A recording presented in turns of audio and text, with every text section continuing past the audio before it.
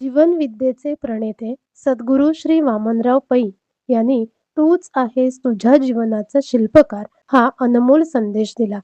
त्यांचे अनेक ग्रंथ उपलब्ध आहेत. या ग्रंथांमधील भाषा साध्या सोप्या शब्दात सर्वांना समजेल, रुचेल अशी आहे. आणि ग्रंथांचे दर सुद्धा सर्वांना परवडतील असेच आहेत. यातीलच एक ग्रंथ अमृत मंथन. या ग्रंथामध्ये अनेक विषयावर भाष्य केलेलं आहे. तर त्यातील श्रद्धा या विषयावर काय विचार मांडलेले आहेत त्याचं मी इथे अभिवाचन करते. श्रद्धामयोन पुरुषः म्हणजे माणूस हा श्रद्धावान आहे असा गीतेचा सिद्धांत आहे.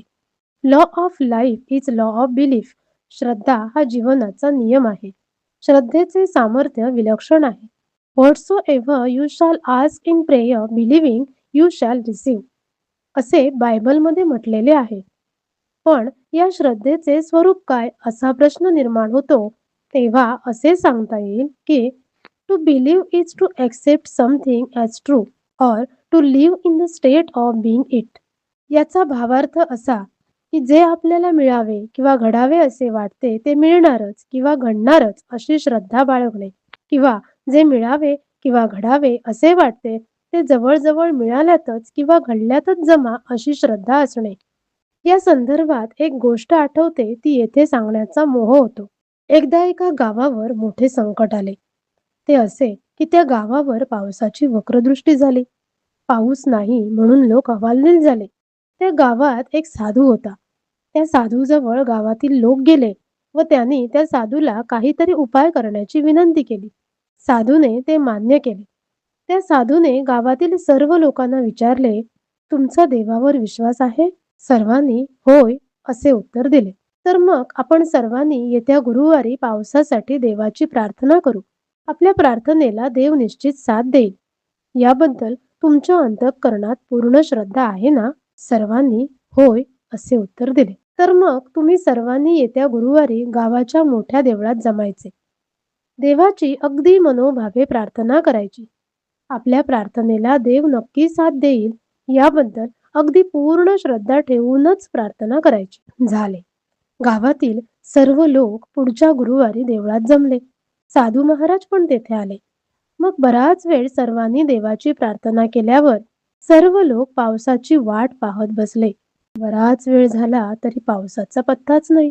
तेव्हा लोक झाले अधीर आणि ते सर्व साधू महाराजांकडे आले आणि विचारू लागले, काय हो महाराज, आपण सांगितल्याप्रमाणे आम्ही देवाची प्रार्थना केली, मग पाऊस का पडला नाही? साधू महाराज गंभीर झाले. त्यांनी गावातल्या सर्व लोकांना एकच प्रश्न विचारला, लोक हो, मंदिरात येताना तुमच्यापैकी किती लोकांनी बरोबर छत्र्या आणल्या? त्यांनी सर्वांनी हात वर करून छत्र्या दाखवाव्यात. परंतु प्रत्यक्षात एकाही माणसाने छत्री आणली नव्हती. ते पाहून साधू महाराज त्या लोकांना म्हणाले, लोक हो, पहा तुमची देवावरची श्रद्धा. प्रार्थना केल्यावर देवाची निश्चित कृपा होऊन पाऊस पडणारच अशी जर तुमची खरी श्रद्धा असती तर तुम्ही सर्वांनी मंदिरात येताना बरोबर छत्र्या आणल्या असत्या. पण तुमची तशी श्रद्धा नव्हतीच, म्हणून एकाही माणसाने छत्री आणली नाही. श्रद्धाच नाही तर फळ कसे मिळणार? साधूच्या या शब्दांनी सर्व लोक खजील झाले आणि त्यांना आपली चूक कळली. वरील गोष्ट मार्मिक असून शुद्ध श्रद्धेचे व अंधश्रद्धेचे स्वरूप विशद करणारी आहे. लोकांची साधूवर व देवावर अंधश्रद्धा होती, पण शुद्ध श्रद्धा म्हणजे काय हे त्या साधूने लोकांना अचूक सांगितले. शुद्ध श्रद्धेला निसर्गाच्या नियमांचे किंवा ज्ञानाचे अधिष्ठान असते, तर अंधश्रद्धेला निर्बुद्ध खुळचट कल्पनांचे अधिष्ठान असते. उदी भस्म, अंगारे दुपारे, कर्मठ व्रतवैकल्ये किंवा भगत फकीरांचे व बुवा बाबांचे उपचार यात संकट निवारण करण्याचे किंवा काम करून देण्याचे काहीही सामर्थ्य नसते. ते सामर्थ्य असते आपल्या श्रद्धायुक्त मनात. It is not the thing believed in but the belief in mind that gives you results. परंतु काही वेळेला वरील गोष्टींनी फळ मिळाल्यासारखे वाटते याचे कारण वेगळेच. त्या संबंधी आपण थोडा विचार करू. आपले मन ही एक प्रचंड शक्ती आहे. या मनाचे दोन भाग आहेत. एकाचे नाव बहिर्मन, दुसऱ्याचे नाव आहे अंतर्मन. आपण केलेली प्रार्थना, सूचना किंवा कामना ही जर बहिर्मनातून अंतर्मनात खोल गेली व तेथे मूळ धरून राहिली, तर ती प्रार्थना किंवा कामना सफल होते. या उलट तसे जमले नाही किंवा घडले नाही, तर आपल्या प्रार्थना किंवा कामना विफल होतात. भगत फकीरांकडे किंवा बुवा बाबांकडे जाणाऱ्या लोकांच्या कामना काही वेळेला फलद्रूप होतात. त्याची मुख्य कारणे दोन आहेत. एक कारण असे की बोलाला गाठ पडते किंवा कावळा बसायला व फांदी मोडायला एकच वेळ होते. त्याप्रमाणे याचे काम होण्याची वेळ व त्याचे बुवाकडे जाणे याची एकच वेळ येते. दुसरे कारण म्हणजे कामना घेऊन जाणाऱ्या लोकांच्या ठिकाणी काही क्वचित प्रसंगी तात्कालिक परिस्थितीमुळे किंवा काही अन्य कारणामुळे जी अंधश्रद्धा असते, तिच्यात कल्पनाशक्तीच्या प्रभावाने विलक्षण सामर्थ्य आलेले असते. त्या सामर्थ्याच्या प्रभावामुळे अशा क्वचित प्रसंगी त्यांच्या कामना अंतर्मनात घुसतात, तेथे मूळ धरतात व नंतर फलद्रूप होतात. बुवा बाबा व त्यांनी केलेले नाना प्रकारचे उपचार हे केवळ निमित्त असतात, पण काम फत्ते होते ते त्यांच्या ठिकाणी असणाऱ्या अंधश्रद्धेने. ही गोष्ट भक्त भाविकांच्या ध्यानात येत नाही. परंतु येथे एक गोष्ट लक्षात ठेवली पाहिजे, की अशा तऱ्हेने म्हणजे अंधश्रद्धेने कामना पूर्ण होण्यात एक मोठा धोका असतो. तो म्हणजे ही माणसे दैवाधीन बनतात व भगत फकीर किंवा बुवा बाबा यांच्या पूर्ण आहारी जाऊन शेवटी सर्वस्वाला मुकतात. देवळांच्या समोर रांगा लावणाऱ्यांची किंवा अंगात येणाऱ्या लोकांकडे धावणाऱ्यांची अशीच परिस्थिती आहे. येथे एक गोष्ट आठवते ती अशी. एका गावात देवीचे एक मोठे देऊळ होते. तेथील प्रथा अशी होती की ज्याच्या नवसाला देवी पावते त्याने एक छोटी घंटा त्या देवळात टांगायची. एक साधू फिरत फिरत त्या देवळापाशी आला. त्या साधूला पाहून त्याच गावातला एक माणूस त्यांच्याकडे गेला. तो माणूस त्या देवीचा भक्त होता. देवीचा भक्त साधूला म्हणाला, महाराज पहा, या देवळात किती छोट्या घंटा लावलेल्या आहेत. ही देवी अत्यंत जागृत असून नवसाला पावते अशी हिची प्रसिद्धी आहे. म्हणूनच अनेक लोकांच्या नवसाला देवी पावली याची खूण म्हणजे या देवळात इतक्या छोट्या घंटा लटकत आहेत. हे भक्ताचे शब्द ऐकल्यावर तो ज्ञानी साधू जरा गंभीर झाला आणि भक्ताला म्हणाला, अरे, ज्या असंख्य लोकांच्या नवसाला देवी पावली नाही, अशा लोकांनी जर छोट्या घंटा या देवळात लावल्या असत्या, तर आता या दिसणाऱ्या घंटांना देवळात लटकायला जागाच मिळाली नसती. कारण ज्यांना देवी नवसाला पावली नाही अशा लोकांची संख्या प्रचंड मोठी, तर ज्यांना देवी नवसाला पावली अशा लोकांची संख्या अत्यंत छोटी. त्या ज्ञानी साधूचे ते भाषण ऐकून त्या देवीच्या भक्ताला वस्तुस्थितीची खरी जाणीव झाली. याच्या उलट आहे शुद्ध श्रद्धेचा प्रकार. या प्रकारात श्रद्धा अन्य ठिकाणी नसते, तर बहिर्मनाची श्रद्धा असते, अंतर्मनाच्या प्रचंड शक्तीवरच. शुद्ध श्रद्धायुक्त मन हे हृदयस्थ ईश्वरी शक्तीशी सदैव युक्त असते.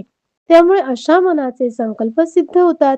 हृदयामध्ये वास करीत असलेल्या प्रचंड ईश्वरी शक्तीचा या शुद्ध श्रद्धायुक्त मनाला वास लागल्यामुळे हे मन नित्य शांत, आनंदी व आत्मनिर्भर राहते.